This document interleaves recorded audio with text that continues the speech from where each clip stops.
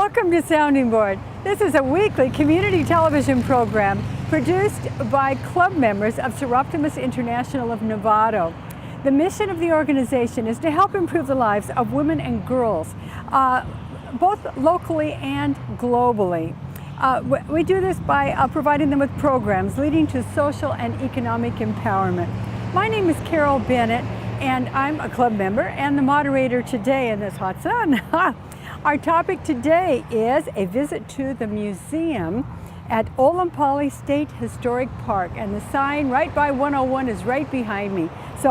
And there's a special spot inside the park. It's called the Octagon Brick Oven Site. We're going to go up there and meet Jim Crumpler. He's the one in charge of all these, the museum association. So let's go. Come on. So here's Jim Crumpler, the director of the Novato Museum Association. So tell us what that's about. Well, a few years ago, after I retired, I got involved with a couple of museums in Novato, and then the more I got involved in them, I realized that there was actually 6 museums in Novato. They all kind of had the same problems. They were small, nobody knew they existed, nobody knew where they were at. They all kind of worked separately. So I thought, if we can get these guys together, we can have an organization, and as a whole, I think we can accomplish something. Great. So that's what I've been doing the last couple of years. I think I've made some kind of, a lot more people know that there's 6 museums out. There's a brochure out there showing on a map where all these museums are and how close they are to each other, and a little bit descriptions of them. And this is one of the things that we're doing. We're doing a video of the 6 museums. That's great. And at the end of this program, we're going to have you list all 6 of them. So you guys, in the meanwhile, can be thinking of all 6 of them. But we are standing in this really strange spot outlined by, well, I guess it's called the Octagon Brick Oven Site. So, Olompali is an incredible place. People have lived here for 8,000 years, and there's all this history that you're going to learn about later on in the video. But we're talking about the 60s. In the 1960s, you're talking about. In the 60s, a commune was here, and the commune was called the Chosen Family. And they did all kinds of amazing things. One of the things they did was they made bread and brought it over to Haight-Ashbury and sold it over there to kind of support themselves. So they made this and that's Octagon. Haight-Ashbury. You're talking about the intersection in San Francisco, in case somebody's watching that whole this. neighborhood, back in the hippie days in the 60s. Right. And, this was kind of the getaway for a lot of the rock groups. I mean, the Grateful Dead would come out here. Janis Joplin would come out here. All these famous people were right here. Wow. And so this Octagon was made by these guys, and this is where they made their bread. That's fabulous. That's fabulous. Okay, we'll be back to you. All right. So, Diane Einstein, you are the chair of the board of the Olompali People Cooperating Association. Fabulous. So standing up here at the entrance to the park, it has real special significance for you.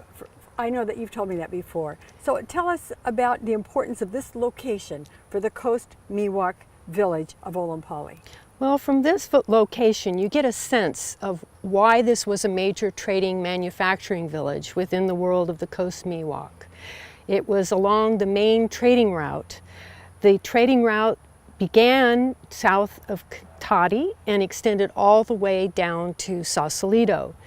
And so from here, one could not only be in the middle of the trade route, but we were on the east-west vector of the trade route as well.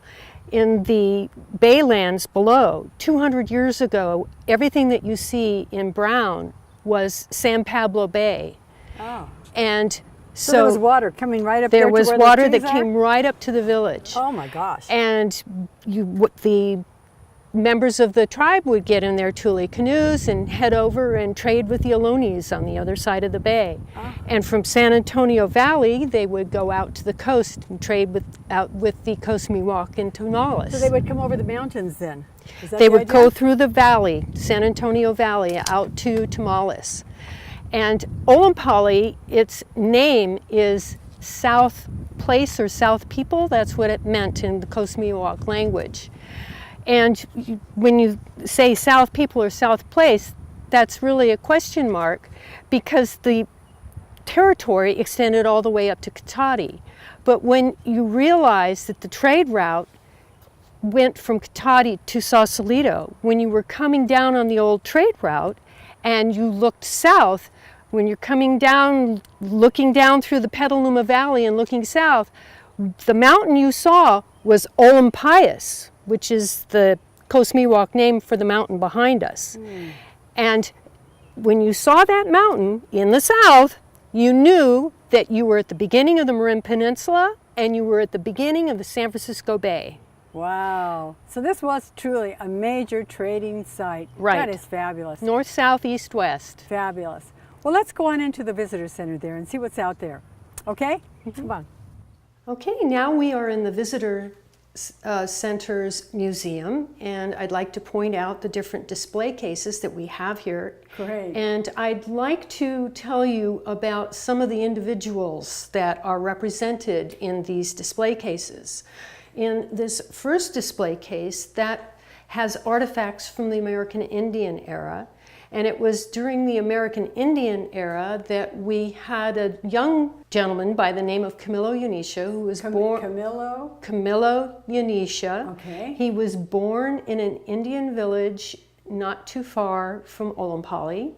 And he became a missionized Indian, baptized into Mission San Rafael.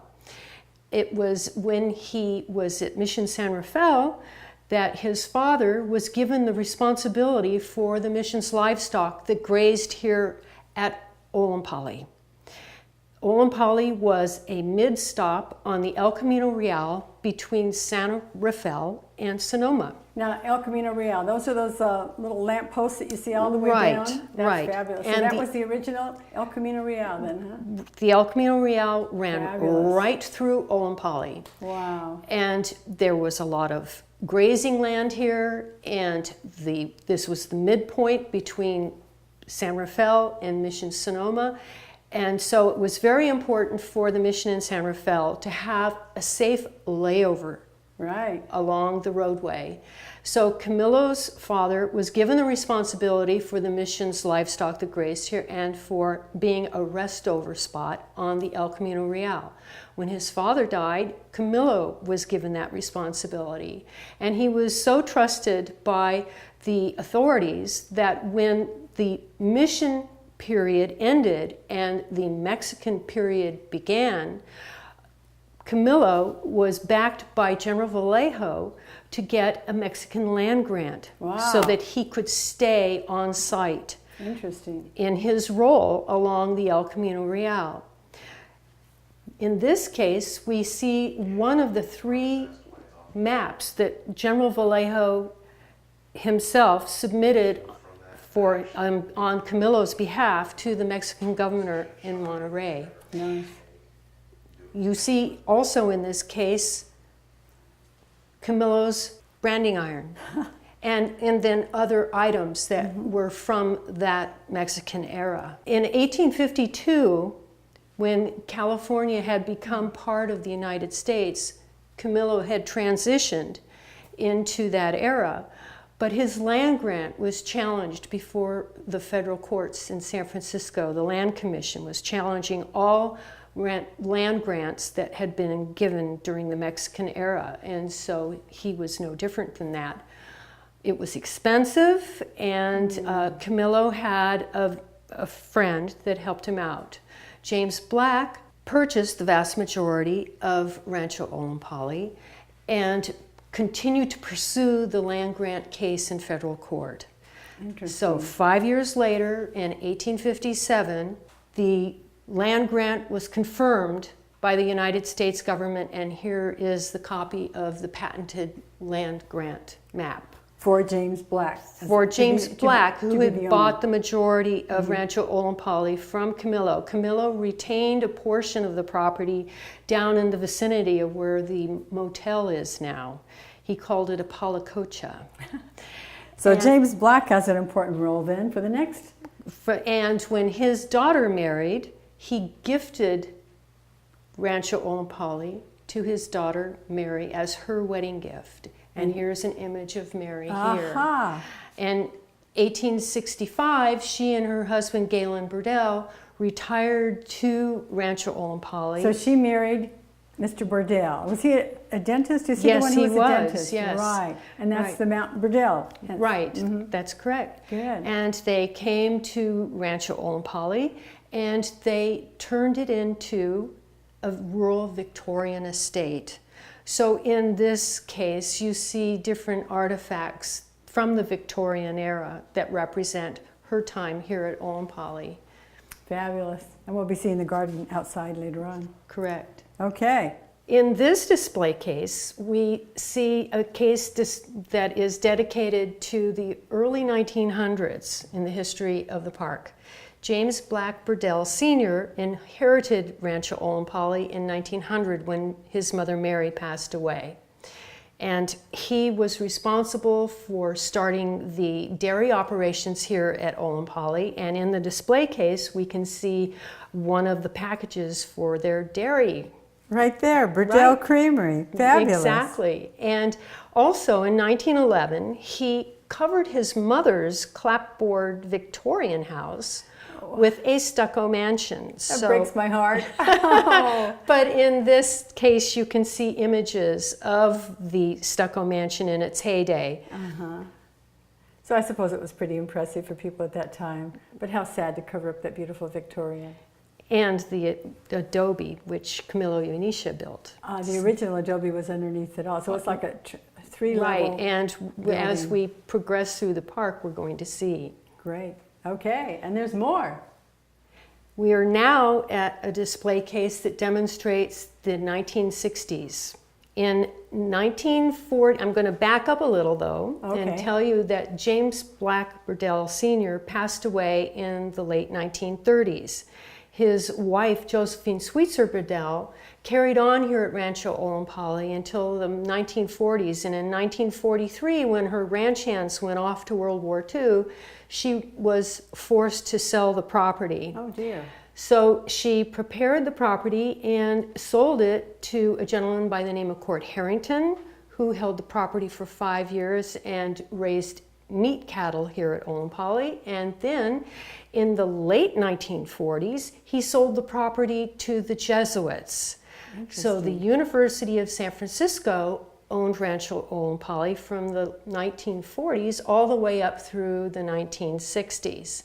And it was during the 1960s, when they were trying to sell the property to real estate syndicates, that a hippie commune came to reside at Rancho Olompali. So in 1967, Don McCoy and his friends came to rent. They took a lease option out on the property and came to live at Rancho Olompali. They were here for 2 years, and during that period, the rock bands of the era came to visit and play, including the Grateful Dead and Jerry Garcia. But in 1969, an electrical fire broke out in the stucco mansion. It was a 1911 international style mansion. It had knob and tube wiring, and it had been a wet winter. They were plugging in electrical blankets and space heaters, and it broke out and burned the mansion down. Oh, dear. In this case, we see artifacts from the fire that were recovered. Toothbrush, toothpaste, boots. Oh my. All kinds of artifacts, yes. And so the commune period ended in 1969, and the property reverted back to the University of San Francisco. And it was in 1977 that Olompali went to the state of California as a state historic park. Lovely story. Lovely story. Thank you. Well, let's go outside and look at some of the other buildings. So here we are outside, and I'm looking at this collection of buildings here with a fence around it for protection, whatever reason. But let me get this straight now. So there's an old adobe building in there. Underneath the shed cover. And then somebody came along and Mary Burdell came along and put the Victorian clapboard house. That made of wood, the clapboard you call it, made of wood. And then in the 1910 or whenever it was, 1911, I was close, then they put this stucco building over, and each one was his or her representation of the ultimate house at the time, right? That is completely correct. Yes. And then the fire came along and burned the most, the easily burnt material, which was the wood, which was the in-between structure. So typically what we can see most of here is the adobe remnants and then some of the stucco stuff. Is that it? Correct. Oh my, Correct. got it finally. Correct. The adobe was built in 1843 by Camillo Unisha. Okay. It's the oldest standing adobe house north of San Francisco. Wow. It was right, as I said before, indoors. It was along the El Camino Real. So when James Black bought the property from Camillo, he moved the El Camino Real, or the public road, from right smack dab, Here. almost right where we're standing, Wow. to down to the vicinity of where Highway 101 is now. And we can see the traffic right now, That's buzzing back right, and forth. that's That's right. it. Wow, that was a good So idea. That's right. And so we have Camillo's adobe house, and then Mary incorporated the adobe house into the front of her Victorian clapboard house. Got it. So the front of her house was on this side, looking into her Victorian garden.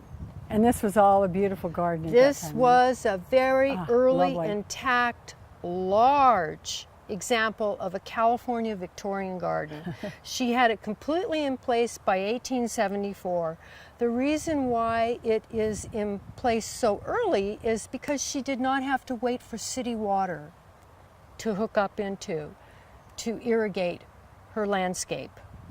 So by 1874, the clapboard house was here in incorporating the Camillo Unisha adobe, and she had her Victorian garden, which was anchored by the large andesite grotto fountain. Ah, a fountain. It had circumlinear pathways and north-south access, and there are some plant materials that are still there from her garden. Amazing. But when she passed away in 1900, her son James Black Burdell inherited the property. And as I had mentioned indoors, when we looked at the cases and you saw the beautiful representations of his stucco mansion, all we see now is the ruin. Oh, that's so sad, so Right. sad. Oh, okay, Diane, I just love barns, and these are classic barns. Just tell us about these barns. All right, the first barn, the smaller barn, is a late 19th century East Coast vernacular of an American barn. Is that why that has that funny little thing on the top? That's right, it has the cupola on top. Mary was the one who installed that barn, and then in 1900, probably her son, James Black Burdell Sr., had the larger rectangular barn built. Oh, it's beautiful. Yeah. Beautiful. I Yeah. love it. And they are tried and true, and they all the way up through the 19th century into the 20th century, and are in great shape now, although the barns are going to have some historical renovation done on them, as well as the other historic buildings that we are looking at here now. So what are we looking at behind me? We're here? looking at the blacksmith shop that Mary built, the supervisor's house behind it for ranch hands, and the salt box house over here behind the bay tree. That is also a ranch hand's house. And then behind us over here is the dairy barn that her son, James Black Burdell Sr., built in the 1930s. For the Burdell Creamery. Right. Excellent. And it's an early example of a sterile dairy barn. Sterile being what? Being that the floors are concrete, not dirt. Okay, interesting. Yeah. Very good. Okay, where to next? We're going up to the recreated Coast Miwok Village and the Ethnobotanical Garden. Okay, let's go. All right. Diane, this has really got to be my favorite site of all, because I could just sort of feel it in my bones that, you know, the pride that the Coast Miwok people would have to be the host, to be the center of the hub of everything that goes on, to have the people coming from the south, the west, the north, and the east coming together to their place and to show off this spectacular place. Where people can meet old friends and life goes on. Tell us about it. Well, here we are up at the recreated Coast Miwok Village and the Ethnobotanical Garden. We have it up here because we needed to come up out of the archaeological zone, which is down where the adobes were. So in this site we have recreated redwood coaches because they would have been buildings that would have been here. Now you say coaches? Coaches, not teepee, cocha. Okay, coaches. Right, Okay. a shelter. We also have had a tule cocha, which we are going to be rebuilding in this vicinity here. There is an outdoor education area that we have, and we also have a dance circle. A dance, great. The Ethnobotanical Garden was put in 2005, and it has all of the different plants that Coast Miwok would have used. So when you come to visit Olompali, make sure that you walk through the Ethnobotanical Garden. The interpretive signage will let you know the scientific name, the common name, the Coast Miwok name, and the Bodega Miwok name, if we know it, and the plant's use. That's what's my favorite part. What did they use that for? Amazing things. Right, right. Because plants provided technology, they provided medicine, they provided food, they provided cosmetics. So That's amazing. Yes, yes. I love it. Yes. I love it all. Good. So we have on our website, we have a PDF at olompali.org of the different plants that are in the garden. So let's do that. www.olompali.org is your website. Excellent. Yes. Okay. Well, you know, I think Jim is waiting for me. And do you have any last minute comments? Well, up here at the Ethnobotanical Garden, we have a monthly volunteer work day, the second Sunday of each month, where we work on maintenance of the Ethnobotanical Garden. And also we have done special projects. One project we did was a grassland study project on the flanks of Mount Burdell here in the background. We selected 7 different plots, and we had a control area and we had the study area. Okay. We're trying to figure out why this flank of hillside is not rich in wildflowers like it was 35 and 40 years ago. Interesting. Yes. Interesting. Tell us what, for anybody who wants to come out here, what are the days it's open and the hours? Olompali is open Wednesdays through Sundays, 9 a.m. through 5 p.m. Excellent. And I know you're pretty strict about that. And if anybody comes up outside of that time, they can't get in, right? That's right. The gates have to be locked at 5 p.m. Interesting. Yes. Diane, this has been just fabulous. I'm so glad we got you at this moment in time, and you were able to take us for a wonderful guided tour through the whole place here. Well, you're very welcome. I'm so glad you could come out to Olompali State Historic Park today. Thank you. So we'll have to see Jim now. Come on, you guys. Hey, Jim, this has been a great visit today. I really, really enjoyed it. You've been all over this park. Yeah. So do you have any last minute thoughts for us? Yeah, I was kind of thinking about, you know, when I was here, when I was a little kid, I used to come up here as a little kid because my parents knew the caretakers of this place. This is in the 50s. And as a little kid, it was just wonderful. We could do anything you wanted. It wasn't a national park then because you really could do anything you wanted. I don't want to say how old you are, but what year was that? Like 55. Okay. You know? And so one thing, this was the way you got into Olompali. It was a carriage road. Originally it was a carriage road. Back then it was just this dirt road that went straight down to the highway. And it was always a challenge to get across the highway and up this road. Okay. And then once we come here. And then it came on up there to up here. The Jesuits were over there. There was a pool and lawn and everything. It was gorgeous. Really? And so, you know, sometimes I would get to bring my .22 and shoot at ground squirrels. Uh-oh. And a lot of what we did was you sort of realize that Miwoks lived here, and so we were always kind of looking around for artifacts and, you know, arrowheads. But really, all we could ever find was little chips. But anytime we found a chip of obsidian, it's a good deal. I mean, that was meant it was brought here by somebody else, and it was kind of a sign that Native Americans had been here.